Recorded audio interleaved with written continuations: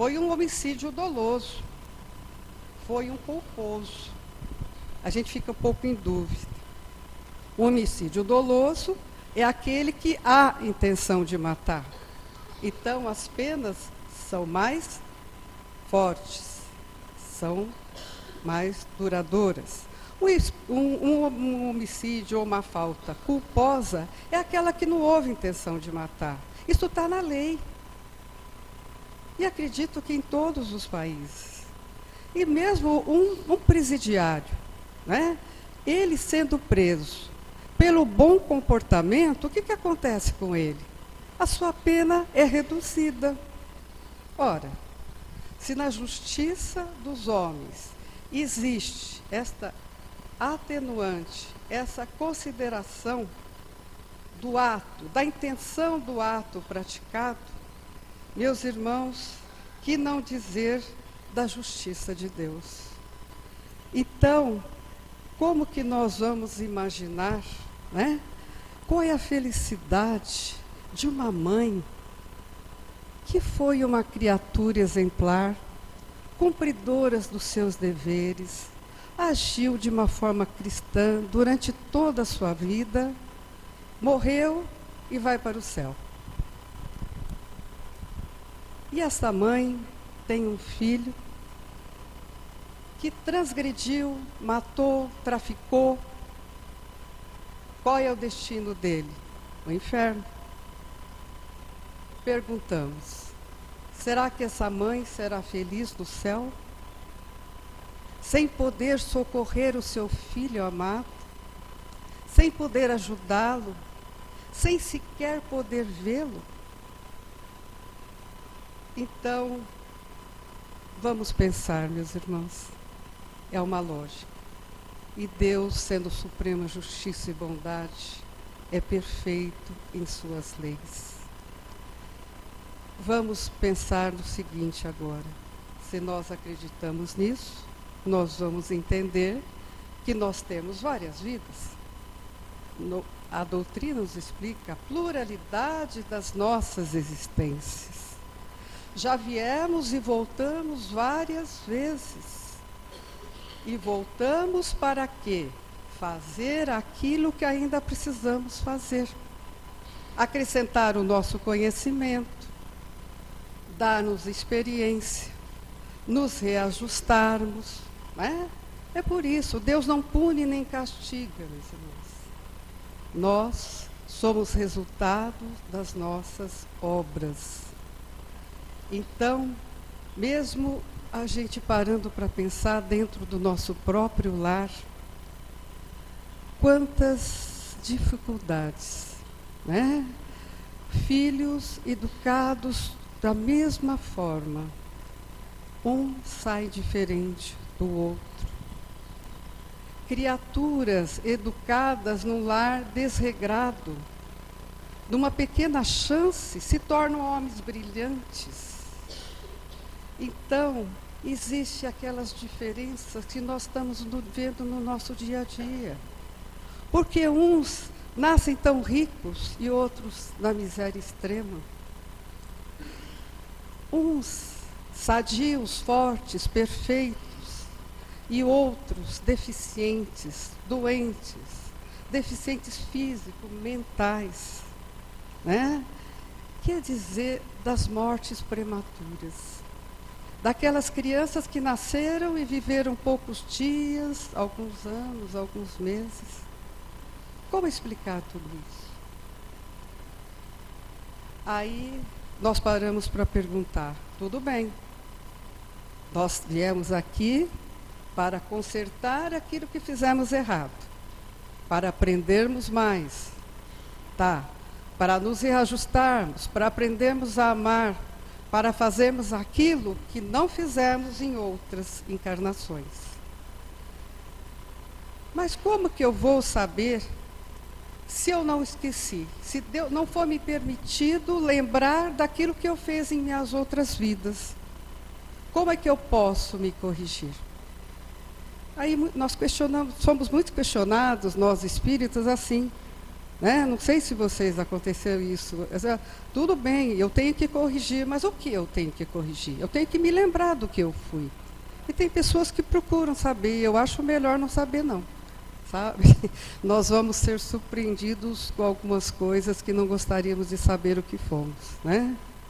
Então, a sabedoria divina houve por bem não permitir que nós lembrássemos das outras encarnações. E por quê? Meus irmãos, vocês imaginaram, se eu soubesse que dentro do meu próprio lar, aquelas pessoas das quais eu tenho muita dificuldade na convivência, daquelas pessoas difíceis no seu comportamento, na sua forma de agir, de pensar, né? Mas eu não posso esquecer que essas pessoas vieram para que a gente se reajustasse juntos, que o um aprendesse com o outro, né? Quem sabe essa pessoa, em outras vidas, eu prejudiquei. Imagine uma mãe embalaria seu filho que em outra existência te traiu, te abusou, cometeu maus atos. Como é que ela iria amar esse filho? Como é que ela iria reajustar? Como é que ela iria educá-lo, sabendo de tudo isso? Então, Deus é perfeito, meus irmãos, não vamos questionar quanto a isso. E a doutrina nos explica, de uma forma muito, muito clara, esse tipo de coisa. Como diz o Chico, nós estamos aqui onde deveríamos estar, passando o que nós temos que passar para o nosso bem, para o nosso reajuste, para reparar as arestas, né, que ficaram de outras vidas. E nós temos que ter, meus irmãos, muito entendimento do seguinte: a nossa vida aqui, no plano de encarnado, é muito importante. Vocês já imaginaram, antes de nós nos encarnarmos, o trabalho que teve esses engenheiros, eu digo engenheiros, não sei o nome que daríamos a eles, os engenheiros, os seus colaboradores, de preparar a nossa encarnação, o nosso corpo, né, preparado para as nossas necessidades reencarnatórias, o local onde nós iremos, a família que seremos colocados. Então, é uma grande responsabilidade. E é uma grande oportunidade que nós estamos tendo. No livro Cartas e Crônicas, do irmão X, psicografado por Francisco Cândido Xavier, ele nos diz o seguinte no capítulo 3, Treino para a Morte. Ele diz o seguinte: como estamos tratando esse corpo material que nos foi concedido? Você está cuidando da sua saúde? Porque o nosso corpo é o nosso instrumento para a nossa evolução. Porque se o nosso corpo não estiver bem, nós não vamos desempenhar o nosso papel. Nós não vamos cumprir a nossa meta. Então, nós precisamos cuidar da nossa saúde. E os nossos vícios? Fumo, a bebida. Porque se eles forem muito arraigados, nós vamos levar essas necessidades para o plano espiritual. Nós vamos sentir isso. Sexo bem cuidado na preservação do equilíbrio emotivo. O apego aos bens materiais. Como é que está o seu apego? Como é que está a sua compreensão perante os bens que você tem? Você é muito preocupado com o que vai deixar? Com o que seus filhos irão fazer com aquilo que você vai deixar? Se eles irão administrar perfeitamente isso? O seu pensamento só gira em torno disso. Lá, você não irá esquecer essas preocupações. A gente passa para o mundo espiritual, mas não é um toque de mágica. Nós levamos tudo, toda essa bagagem, todas essas preocupações. Então, vamos começar agora a nos desapegar, levar a vida mais leve, entregar, ter a compreensão de que um dia a gente não vai ter mais isso. Nós não vamos ficar muito ligados a essas pequenas coisas. Então, nós vamos fazer a seguinte pergunta que muitos estão fazendo, não é? Como nos conscientizar do que eu tenho que corrigir? Porque se eu vim aqui para reparar, eu vim aqui para aprender a amar, né? Corrigir alguns defeitos, algumas matérias que eu repeti. Como disse Emmanuel, né? A vida é a grande escola da alma, né? Então, se eu tenho matérias a estudar mais, eu preciso saber quais são essas matérias. O que eu vim fazer aqui? É muito fácil. Vamos analisar. Em que eu estou falhando? Quais são aqueles defeitos difíceis de eu corrigir? Quais são os meus maus hábitos, né? Eu tenho muita dificuldade de me desapegar das coisas. Eu guardo com facilidade os ressentimentos, eu sou difícil de perdoar. São as matérias, né? São as matérias que nós repetimos de ano, né? E que agora estamos aqui para fazer direito, né? Uma escola. Então eu sei o que eu tenho que corrigir. Só que eu tenho que me analisar muito friamente. Então tem certas coisas, meus irmãos, que se repetem na nossa vida, não é? Então são lições que nós temos que aprender, mas que aqui mesmo a gente repete. Vocês imaginam que passam por uma grande cirurgia, sofrem dores na recuperação, no pós e na cirurgia, anterior à cirurgia, né? Sofremos muito, ou tivemos uma perda irreparável. Passamos por tudo isso, e aí eu pergunto, essa lição não foi por nada não. Ela quis nos dizer alguma coisa. Pergunto, diante dessa dificuldade que eu passei, o que eu aprendi? Eu aprendi a ser melhor? Eu aprendi a ser mais paciente? Eu aprendi a ser mais humilde? Eu aprendi a cuidar melhor da minha saúde? Não. O que acontece? Volto novamente. Tudo aquilo aconteceu. Por quê? Porque eu não aprendi. Eu não aprendi com aquela dificuldade que eu tinha que melhorar em alguma coisa. Então as coisas voltam a acontecer. E a gente sempre brinca, né? A história se repete. Né? Então, meus irmãos, qual é o propósito da nossa encarnação? Qual é o propósito que você tem quando você veio para cá? Melhorar 10%, 20%, 30%? Ou retornarmos com mais débitos, o triplo do que nós viemos quitar? Né? Então, como reagir, como corrigir essas más tendências? Vamos começando pelas mais fáceis. Vamos persistir. É treino.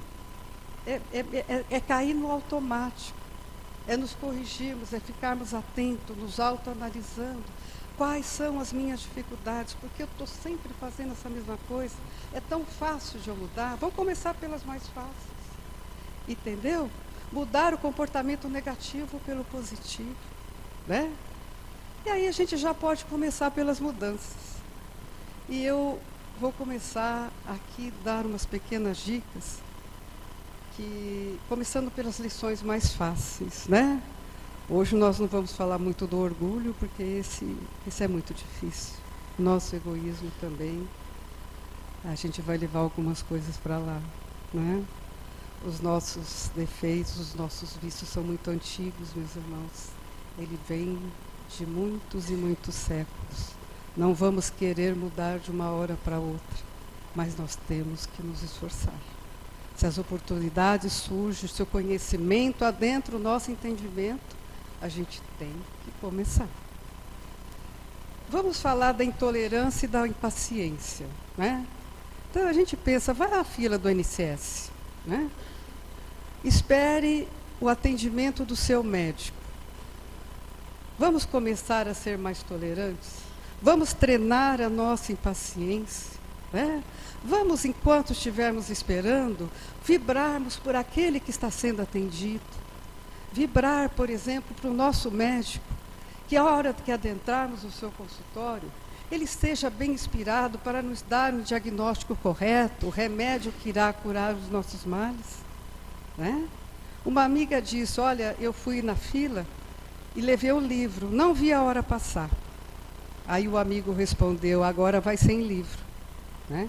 Treina, é um treino, é uma virtude oposta, né? Não briga com a sombra, acenda a luz, né? Meus irmãos, uma outra coisa, a caridade, o desapego, é uma coisa que nós temos que trabalhar, né? Estamos postergando até quando o nosso início do trabalho em alguma obra assistencial? Estamos aguardando ganhar mais dinheiro, ou se não ganhar na Mega Sena, para ajudarmos aqueles mais necessitados, né? O nosso armário está abarrotado de roupas, mas eu não consigo me desapegar. Roupas que estão lá há mais de anos, mas eu não tenho coragem de doar. E eu não uso, mas estão lá. Como é que está o nosso apego pelas pessoas? A nossa preocupação. O nosso amor está restrito? O que importa para mim? A minha família, lógico, em primeiro lugar. Os meus filhos, a minha esposa, os meus pais. Aí eu amplio um pouco. Os meus parentes, a minha cidade, é mais importante. O meu estado, o meu país, porque o resto que acontece não é problema meu. O meu amor está restrito. Eu preciso fomentar dentro de mim o amor incondicional, amar a todos. E é um começo, né? A desgraça caiu na casa do vizinho. Graças a Deus que não foi na minha. Nossa, mas será que Deus gosta mais de você que da casa do seu vizinho? Né? Onde está a sua piedade? A indulgência? Né? O nosso amor não chega a expandir tão pouco. Ele fica ali, encolhidinho. O que importa é o meu núcleo, é aqueles que eu amo. Nada mais me interessa se está explodindo uma bomba, se alguém está passando fome na África, não é problema meu, está tão longe. Lógico que é problema nosso. Somos irmãos. Como diz João Evangelista, ele diz o seguinte: mente o homem que diz amar a Deus a quem não viu, mas não ama seu próximo a quem viu. Mudar as pessoas. Quem não tem esse hábito? Né? A nossa mania. Nós achamos que nós estamos certos. Nós somos os donos da verdade. Né? Tem um artigo que eu li há pouco tempo, que ele diz o seguinte: criei um hábito de toda semana pegar na padaria sequilho com goiabada. E chegar em casa, preparar um café e comer esse sequilho. Para mim, sem exagero, tornou-se um dos momentos mais deliciosos da semana. Mas a goiabada me incomodava. Não necessariamente a goiabada, mas a quantidade. Era pouquinho. Reclamei na padaria. Por que um sequilho com tão pouca goiabada? No outro dia, voltando do trabalho, passei na padaria e me ofereceram aquilo que eu tinha desejado. Um sequilho coberto de goiabada. Que alegria! Fui para casa, preparei meu café com toda a ritualística, sentei e dei a primeira mordida. Não consegui dar a segunda. Enjoei. Era muito doce, muita goiabada. No dia seguinte, passei na padaria e lá estava o sequilho coberto de goiabada. E me ofereceram. Envergonhado, comprei. Chegando em casa, raspei toda a goiabada e comi o sequilho. Aí, ele conclui disso que aconteceu com ele. Lógico, sempre tem um fundamento daquilo, uma história que a gente conta, não é mesmo? Ele diz assim: o problema, o inferno, não era o padeiro nem a goiabada, era eu. Que amando o que eu amava, queria do meu jeito, né? Sem entender que do meu jeito é que eu não, sem entender que eu gostava era do jeito que era. Porque se do meu jeito fosse, eu rejeitaria, enjoaria, até tentaria fazê-lo voltar o que era. Assim fazemos com as pessoas. No início, as amamos como são. Depois, quando estão conosco, tentamos moldá-la da forma que achamos, de criticá-la, de fazer mudá-las, colocá-las do nosso jeito, sem saber que o nosso jeito são as nossas projeções. Pessoas que não existem, porque se existissem, nós enjoaríamos delas, né? Transformamos para descartar, né? Porque aquela pessoa muda, e se ela muda, nós não vamos gostar mais, porque não foi aquela que eu conheci e que eu amei, não é? Nós temos, meus irmãos, muita predisposição para não gostar das pessoas, não é? Quantas experiências, quem aqui já não passou, trabalhando num escritório, numa empresa, você se dá bem com o seu chefe, está tudo muito bom, até o dia que o seu chefe é promovido, ou ele sai da empresa, e chega um chefe novo. De cara, você acha que não vai gostar dele. E lógico, a minha vibração entra com a vibração dele, ele também tem completa antipatia para comigo, né? E aí começa o nosso desespero. Ele nos pede um trabalho, eu chego lá, apresento, ele rabisca, corrige e manda fazer de novo. Eu faço do jeito que ele quis e mais uma vez ele vê alguma coisa. E a minha vida vai ficando um inferno. Aí eu começo a mandar currículos, procurar um novo emprego, sair daquele inferno. E nada. Não vem resposta, ninguém me chama, quando faço entrevista não dão retorno, e eu continuo ali. Mas eu preciso trabalhar, eu preciso mudar, né? O que eu faço? Eu tento me reajustar com o meu chefe. Dar uma tentativa, veja o que ele gosta. Quais são as suas qualidades? Tentar conversar, me abrir, saber da família dele, contar, conversar, e foi isso que você faz. O que aconteceu? Mudou. Você conheceu melhor a pessoa não era aquilo que você imaginava, e nem ele pensando o que você era. E aí, meus irmãos, aparece aquele convite daquela empresa que eu tanto queria ir, e que agora que eu estou tão bem nesse lugar, que eu me reajustei com o meu chefe, eu vou ter que sair. Aí eu pergunto, mas por que esse convite não veio antes? Porque eu precisava me reajustar com ele, concorda? Eu precisava me modificar. Não exatamente com ele, mas era um aprendizado por nós dois.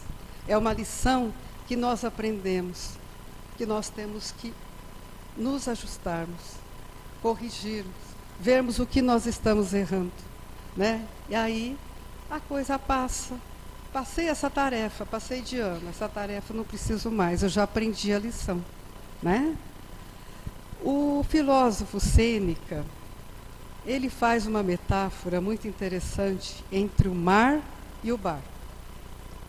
Ele diz que o mar é a nossa vida, as pessoas, as diversas circunstâncias, a convivência que nós temos, que ceder, coisas que nós não podemos lutar contra o incontrolável, mas nós podemos controlar o nosso barco, né?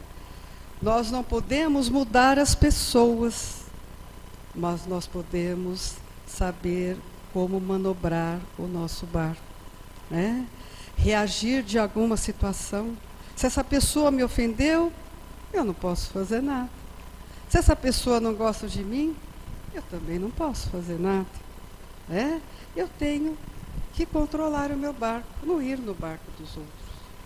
Se alguém fala mal, eu fico bem. Se alguém fala bem, aliás, se alguém fala mal, eu fico mal. Se alguém fala bem, eu fico bem.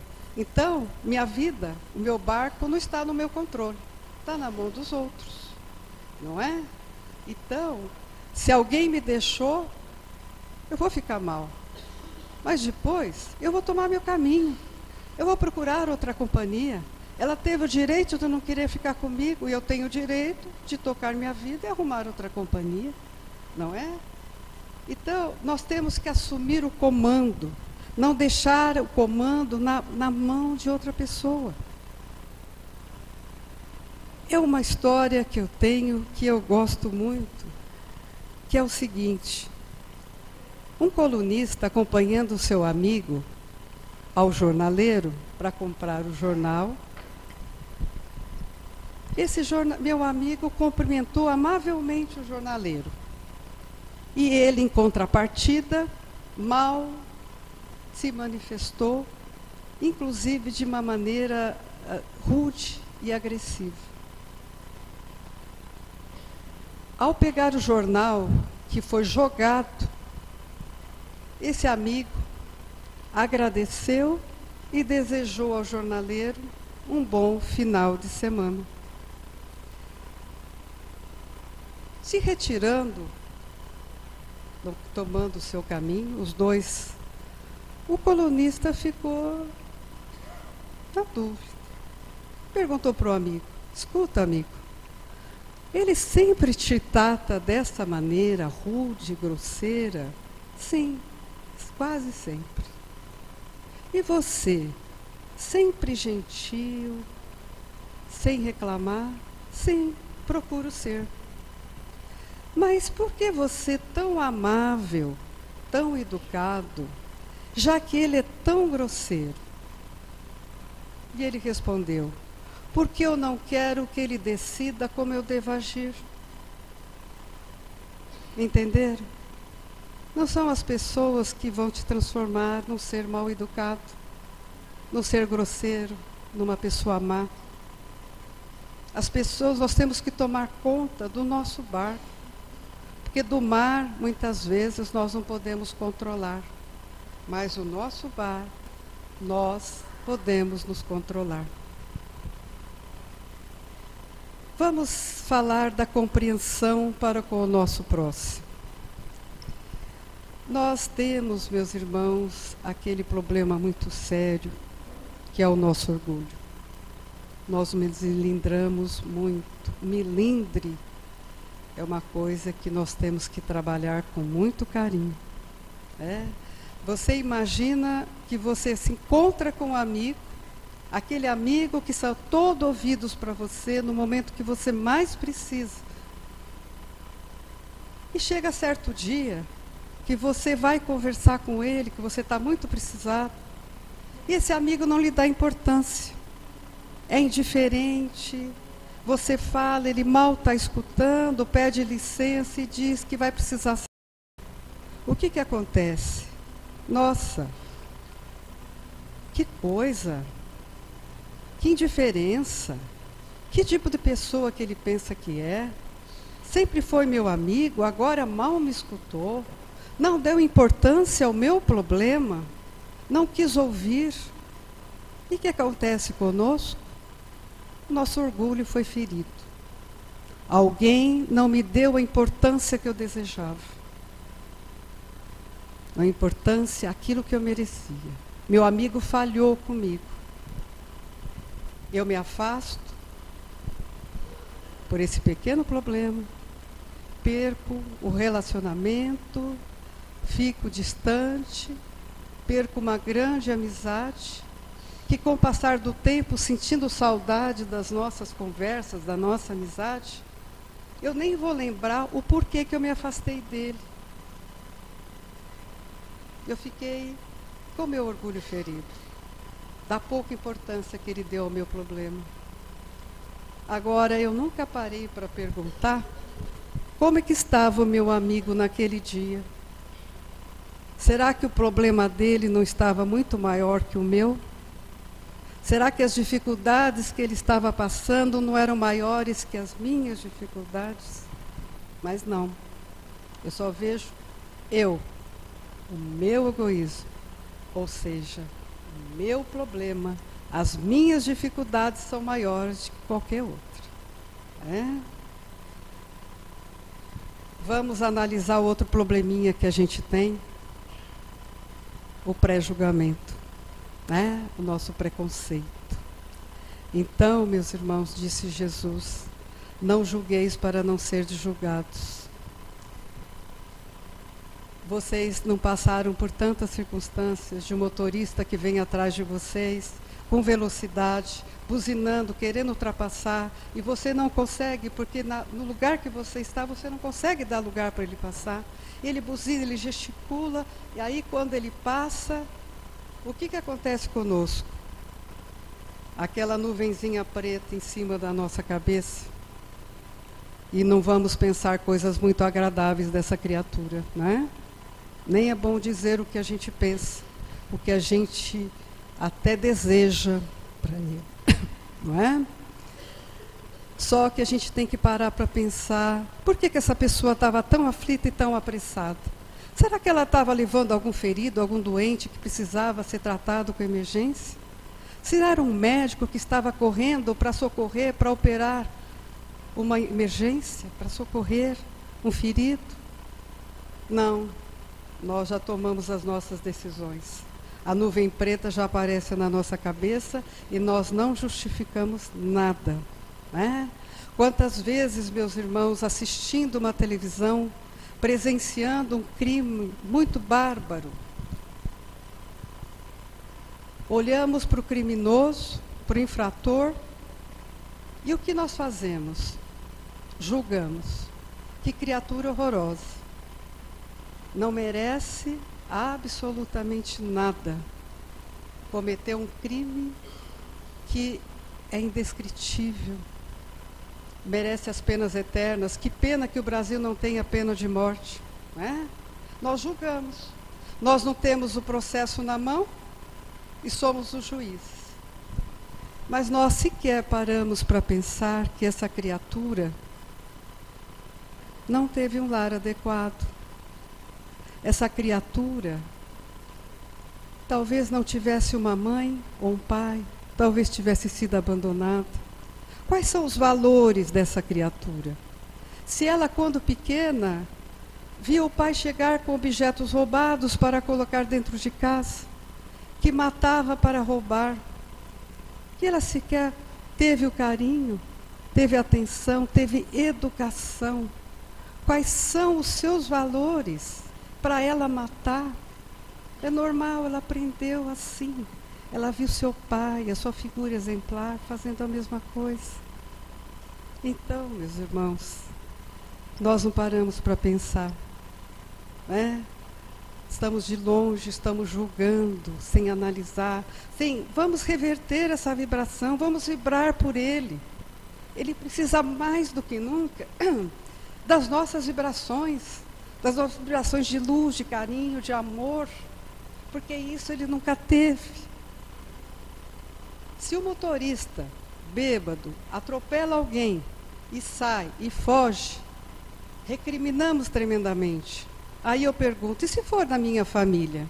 Ah, não. O meu filho fez isso, mas ele não costumava beber. E ele bebeu, olha o que aconteceu. Aí eu justifico. Aí eu caio na sua defesa, porque a minha família é muito importante, porque eu conheço a história da minha família. Lógico, está certo. Mas é a família do outro, você conhece? Então, meus irmãos, vamos mudar a nossa vibração, a nossa forma de julgar, né? Vamos mudar as nossas vibrações do nosso comportamento, do nosso dia a dia também, né? O nosso bom dia. Nós entramos no ônibus, cumprimentamos o motorista, cumprimentamos o cobrador, damos atenção ao nosso faxineiro do prédio que quer contar alguma coisa para nós, né? Nós somos um rádio. Se mal sintonizado, pegamos um barulho horrível. Nós somos energia, como disse Chico Xavier, nós somos energia condensada. Nós vibramos e recebemos de volta na mesma frequência. Então vamos ter muito cuidado com aquilo que nós estamos vibrando. Vamos ter cuidado com as companhias que estamos, né? Com os nossos pensamentos. Não vamos deixar, meus irmãos, de ruminar. Eu sempre eu falava assim nas minhas palestras, nós ruminamos acontecimentos passados, não é? Ruminamos. Acontece uma coisa desagradável no meu dia. Um colega de trabalho me faz uma coisa que eu não gostei. Eu vou para casa pensando nisso. Eu chego na hora de jantar, eu comento com a minha família sobre isso. Vou dormir, com certeza não terei bons sonos, não sossegarei, não ficarei tranquilo. No dia seguinte, no café da manhã, eu retomo aquele mesmo assunto. O que aconteceu? De um probleminha pequeno, eu tomo uma bola de neve. Quando eu chego para me reajustar com meu irmão, para discutir, para esclarecer aquilo que eu não gostei, ele vai até se assustar, porque foi uma coisa tão pequena, mas eu fiquei ruminando. Voltei, engolia, voltava, engolia, entendeu? Então, é o pensamento fixo, meus irmãos. Tomemos cuidado com isso. Tomemos cuidado, porque ele vai se avolumando. De um monólogo, trata-se de um diálogo, porque a espiritualidade está ali, ao nosso lado. Se temos bons pensamentos, temos bons amigos. Se temos maus pensamentos, sempre tem aqueles que vão nos acompanhar, né? Meus irmãos, devido ao adiantado, a gente vai apressar um pouquinho. Eu vou deixar algumas coisinhas de lado daquilo que a gente tem que se modificar. E não esquecendo, meus irmãos, do nosso balanço, né? Do nosso balanço diário. Uma empresa faz um balanço mensal, um balanço anual, e nós fazemos o balanço do nosso dia a dia, né? Ao deitarmos, não esquecer de agradecer a Deus por tudo que recebemos, por tudo que temos, mas aí nós vamos vamos rebobinar a nossa consciência. O que deixamos de fazer no dia de hoje? Não dei atenção a uma colega que me pediu uma orientação, não tive tempo. Não agradeci uma gentileza. Cheguei em casa, mal cumprimentei a minha esposa. Quando ela quis conversar sobre o seu dia, e eu pedi para ela esperar, porque eu estava assistindo o noticiário. Não olhei as tarefas dos meus filhos, nem conversei com eles direito, porque eu estava tão cansada. E aí? Eu vou mudar. Eu falhei e vou me corrigir. Amanhã não retomarei as mesmas atitudes. Eu vou pensar melhor. Eu vou analisar melhor a minha conduta no dia de amanhã. Meus irmãos, o autoconhecimento é uma coisa muito importante. Nós temos sempre que nos autoanalisarmos. Dói, porque nós vamos ver que nós temos muitas coisas a corrigir.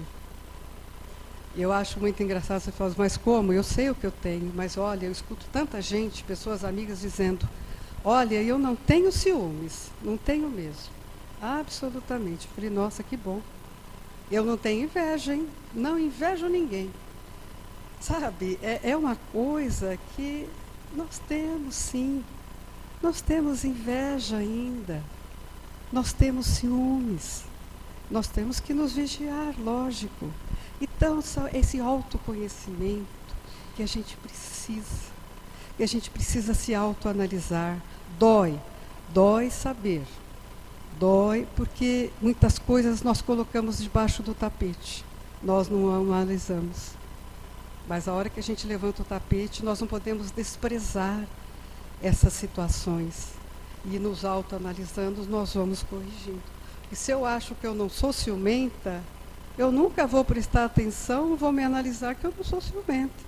Porque eu não me autoanalisei, eu não me conheci, eu não parei para pensar que eu tenho as minhas dificuldades. Aí quando o mestre diz que o primeiro mandamento é amar ao próximo como a si mesmo, aí, aliás, amar a Deus sobre todas as coisas e ao próximo como a si mesmo. Nossa, preste atenção sobre isso. Amar ao próximo como a si mesmo. Será que eu me amo? Será que eu me conheço? Como diz várias vezes no Evangelho, conhece a ti mesmo. Será que eu me conheço? Será que eu reconheço as minhas dificuldades, os meus defeitos? Como é que eu vou amar ao meu próximo, que tem também os seus defeitos, as suas dificuldades, se eu não reconheço em mim as minhas dificuldades? Porque se eu reconhecer que eu tenho dificuldades em perdoar, dificuldades de me desapegar, que eu tenho muito ressentimento, que eu guardo muita mágoa, como que eu vou compreender o meu próximo que tem essas mesmas dificuldades? Então eu não vou amar meu próximo, porque eu vou ver nele uma pessoa cheia de defeitos, porque eu não sei, eu não conheci os meus, eu acho que eu sou ótimo. Então eu não vou amar meu próximo porque ele é cheio de defeitos, atitudes indevidas. Então, se eu não me conhecer das minhas dificuldades, eu não vou amar o meu próximo, porque eu não vou ver no meu próximo as dificuldades que ele tem também. Então, prestem bem atenção, amar ao próximo como a si mesmo. Meus irmãos, finalizando, o seu Haroldo Dutra Dias, que é um grande palestrante, uma figura notável, que até recomendo a todos que assistam no YouTube as suas palestras, qualquer uma que vocês pegarem, te passa um conhecimento indescritível. E ele foi fazer uma palestra em João Pessoa, nos 120 anos do Centro Espírita de João Pessoa. E quando ele foi fazer, há um mês atrás, tinha acabado de estourar um escândalo no dia anterior, aquele escândalo que a gente passa os nossos dias, cada dia é uma novidade, né? Mas aquele escândalo que todo mundo se lembra, né? Que pipocou para nós e que nos deixou chateados, porque a gente estava vendo alguma coisa no final do túnel e de repente aquilo vem, né? E todo mundo lembra, quem não leu, Brasil, Coração do Mundo, Pátria do Evangelho. Então todo mundo questionou, meu Deus, se o Brasil é o coração do mundo, é a pátria do Evangelho, ou seja, o futuro, a esperança do mundo, como que aqui está acontecendo tanta coisa? E esse orador começou a sua palestra comentando o que acontecia, os acontecimentos, aquilo que a gente não poderia mudar, a gente poderia mudar assim, assado, por que está acontecendo, mas ele caminhou a sua palestra para o final. E você ficava aflito, porque tinha uma conclusão. Ele sentia durante a palestra dele uma conclusão. Qual é a missão do Brasil? E aí ele finalizou. A missão do Brasil está na família. Aí que começa a missão do Brasil. Brasil, pátria do Evangelho, a missão é na família, célula máter da sociedade. Então, meus irmãos, quando a gente orienta as famílias a fazerem o Evangelho no lar, você sempre escuta, mas por que olha, eu faço Evangelho no lar, mas eu faço sozinho. Meus filhos não querem participar, tudo bem, né? Aí eu digo, mas você tem que exigir que seus filhos participem. Porque você vai formar pessoas dignas, pessoas éticas, pessoas honestas, pessoas que vão respeitar a liberdade do próximo, pessoas que serão caridosas. Se ela mais tarde não optar pela doutrina espírita, não tem problema. Porque o que nós estamos vendo hoje é que os pais se preocupam com a parte intelectual do filho. Você quer que seu filho seja uma pessoa bem-sucedida, profissionalmente. E o que nós estamos vendo hoje no nosso Brasil? Pessoas sucedidas, bem-sucedidas, com poder, e se perderam porque faltou a ética, a responsabilidade, o amor, né? Que deveria ter sido cultivado desde a infância. Muito obrigada a todos.